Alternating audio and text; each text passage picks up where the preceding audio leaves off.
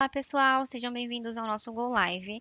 O meu nome é Alice, eu sou engenheira de Machine Learning e eu vou apresentar para vocês a solução que a gente desenvolveu para facilitar a consulta das informações, o consumo das informações dos livros que alimentam o nosso sistema de recomendação aqui na empresa. Então, a ideia aqui é dar um pouquinho para vocês da visão de negócios, para mostrar como que essa ferramenta ajuda, o que que ela soluciona. Depois eu vou falar um pouquinho de ferramenta, então mostrar a arquitetura que a gente pensou aqui para construir esse projeto. Depois a gente vai fazer um pouquinho de hands-on, então eu vou mostrar passo a passo como consumir essa solução, né? O que que vocês vão fazer no dia a dia, como ela de fato vai ser aplicada. E por fim a gente volta para falar de próximos passos. E aí, como as principais dores, a gente tem aqui a falta dos dados estruturados, né? Porque o cientista ali, ele acaba tendo o papel de consumir da fonte de forma manual, de consolidar, de tratar. Então, ele tem um tempo que ele precisa gastar nesses processos, e isso acaba também fazendo ele desfocar da parte de construir o modelo em si, né? Então, ele tem que dividir o tempo dele em muitas tarefas que não necessariamente são de responsabilidade dele e que são manuais. Com isso, a gente também tem a tomada de decisão mais lenta, justamente por isso, porque o cientista ele tem tantas tarefas para ele fazer que ele não consegue focar em melhorar o modelo, em trabalhar na acurácia do modelo, em desenvolver novos modelos, né? E por último, a gente tem a dificuldade de inovar e competir, aqui muito porque à medida que mais dados aparecem no mercado, essa demanda de trabalho manual que o cientista tem vai aumentar também. E com isso, ele tem a questão da manutenção. Então, se alguma informação muda na fonte, se algum ponto no processo dele precisa ser trocado, aumenta o trabalho manual. E como solução, a gente desenvolveu uma pipeline completa de dados e uma API pública que resolve esses pontos que a gente acabou de mostrar. E agora a gente tem uma estrutura automática que vai ler esses dados e vai tratar, então vai fazer a questão de ETL, de extração, de transformação e de carregamento desses dados, e a gente vai disponibilizar para consumo via API. Então é uma API pública que tem a questão da segurança, tem a questão da escalabilidade, ela está disponível para todo mundo, então também é uma maneira segura da gente fazer essa disponibilização e também torna a solução escalável e reutilizável. Então, esse é basicamente o contexto. Eu acredito que agora tenha ficado claro quais dores a gente tinha no passado e por que a gente resolveu desenvolver essa solução, né? Agora eu vou entrar um pouquinho no mérito técnico e depois a gente parte para o hands-on. Então, só dando aqui um parênteses em relação ao técnico. Aqui tem o desenho da nossa arquitetura, né? Então, o que que o nosso processo faz de ponta a ponta? No primeiro momento, a gente tem a extração dos dados, né? Então, a gente tem a nossa fonte e a gente precisa ler os dados dela. Depois a gente precisa processar esses dados, né? A gente precisa estruturar, precisa limpar. Então a gente trata esses dados e armazena numa terceira etapa, para a gente ter essas informações então salvas, para então disponibilizar. E é isso que a gente faz com a nossa API. Então a gente já leu o dado, a gente processou, a gente armazenou, então a gente vai disponibilizar via API. E todo esse processo, ele está codado ali no repositório do GitHub. E para deixar essa solução disponível para todo mundo, né, para fazer o deploy, a gente utilizou o Vercel. Então, o Vercel ele é uma ferramenta de deploy que vai ler esse repositório do GitHub e vai disponibilizar as informações. E além dele ler e processar todos os códigos, a gente também desenvolveu um front-end. Então, essa solução ela é um site onde você consegue entrar, você consegue ali se autosservir. Lá tem as explicações de quais são as soluções que a gente propôs, quais são as rotas da API, como consumir a API. E aí, a partir do momento que vocês já têm acesso à informação, entra a questão do consumo. Então, vocês, como analistas, como cientistas, vão consumir essas informações através da API e vão construir os modelos, as análises e vão gerar os insights, né? Os insights, os modelos de recomendação e por aí vai. E aí, numa última etapa, a gente colocou aqui que vocês vão disponibilizar essa solução de alguma forma, né? Então, seja mostrando ali os resultados do modelo de recomendação, ou seja, via dashboard, enfim, vocês vão utilizar essas informações e vão disponibilizar de alguma forma. Um pouquinho de ferramentas aqui, de boas práticas, para mostrar como essa solução ela é confiável. Eu coloquei aqui um textinho que explica mais ou menos, vou mostrar para vocês. Então, nós utilizamos ferramentas e tecnologias modernas que garantem escalabilidade, eficiência e qualidade no desenvolvimento. Então, a gente utilizou o Fast API para criar a API rápida e escalável, para permitir o consumo desses dados. Também utilizamos as bibliotecas Pandas e Beautiful Soup para fazer a questão da raspagem dos dados e da manipulação de tratamentos. Também utilizamos o Request para simplificar a interação com as APIs externas e a coleta de dados. E para garantir a qualidade no código, o projeto segue boas práticas de código limpo, como o uso de Black para transformação automática e docstring completas para documentação. Além disso, a estrutura do código foi planejada para ser modular e reutilizável, facilitando futuras manutenções e expansões. O deploy foi realizado de forma ágil através do Vercel, garantindo alta disponibilidade e performance da API.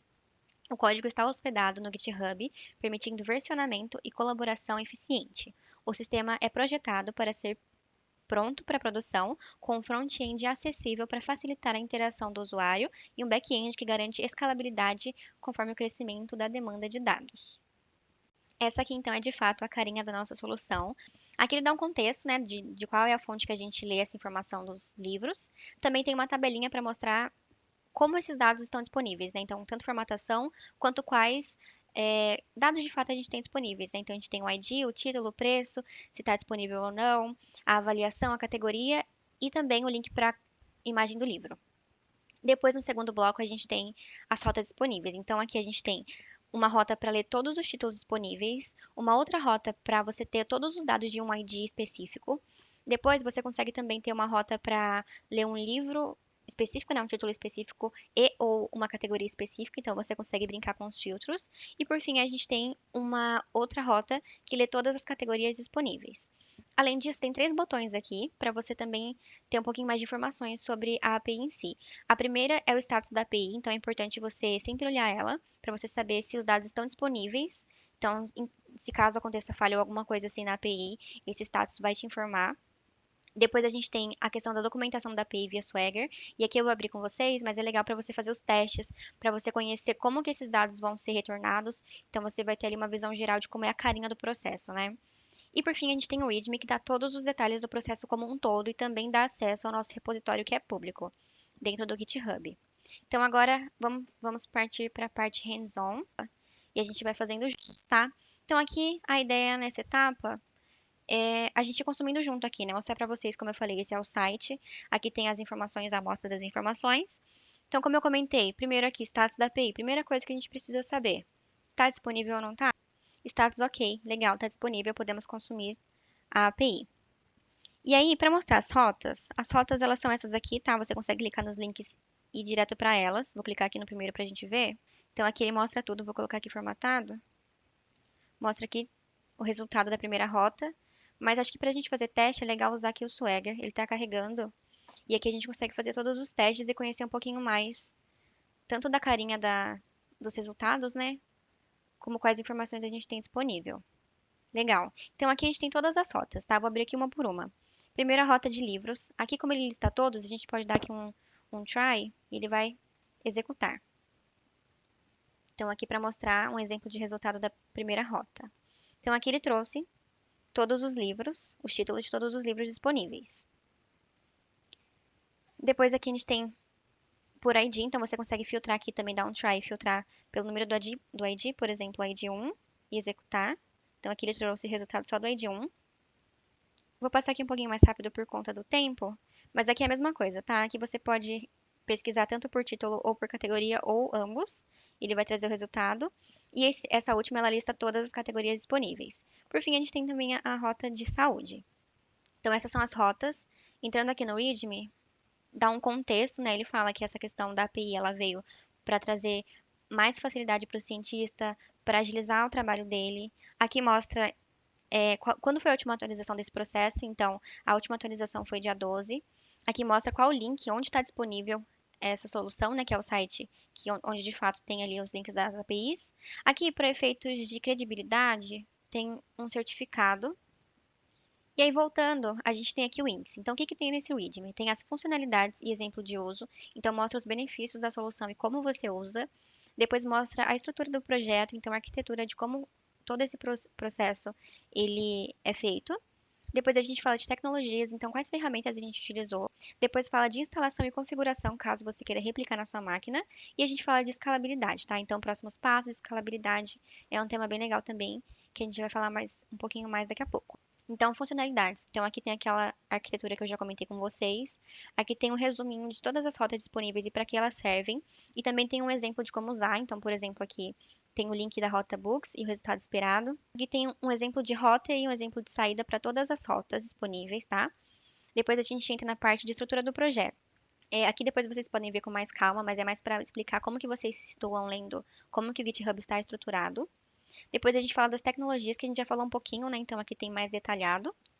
Depois aqui como instalar e configurar na sua máquina todo esse processo e a questão de escalabilidade. E aí para falar de escalabilidade, eu vou voltar aqui para o slide. A gente já viu que essa ferramenta ela está disponível, ela tem fácil acesso, mas ainda tem oportunidades de melhoria, tá? A primeira questão aqui é em relação à frequência de atualização. Hoje a gente disponibilizou os dados, à medida que novos dados vão sendo liberados na origem, a gente precisa mapear se a gente vai atualizar diariamente, mensalmente, em real time, alguma coisa nesse sentido. Outro ponto, a gente tem a questão de containerização, para ter ali ambientes que estejam harmonizados, né, que estejam configurados. Depois a gente tem o banco de dados em nuvem, porque hoje os dados estão salvos em CSV, então é importante, como um próximo passo, colocar esses dados na nuvem. Também tem a questão dos painéis de visualização, então seria interessante ter ali um painel, um dashboard, para mostrar como os dados se comportam, se tem algum outlier, ver o comportamento dos dados de maneira geral, para você conhecer um pouquinho mais da informação que você está consumindo. Esses são os principais pontos, mas também tem alguns outros, como a questão de implementar testes automatizados CI/CD e também o versionamento semântico. Então, os pontos são esses. Por enquanto é isso, mas como eu falei, é uma primeira entrega e a gente vai melhorando conforme o tempo for passando. A gente já tem essas priorizações mapeadas, mas vocês também podem vir com outras sugestões, tá? Então, por enquanto é isso. Espero que vocês tenham gostado da solução, que utilizem e qualquer dúvida estamos aqui à disposição, tá? Muito obrigada e até mais.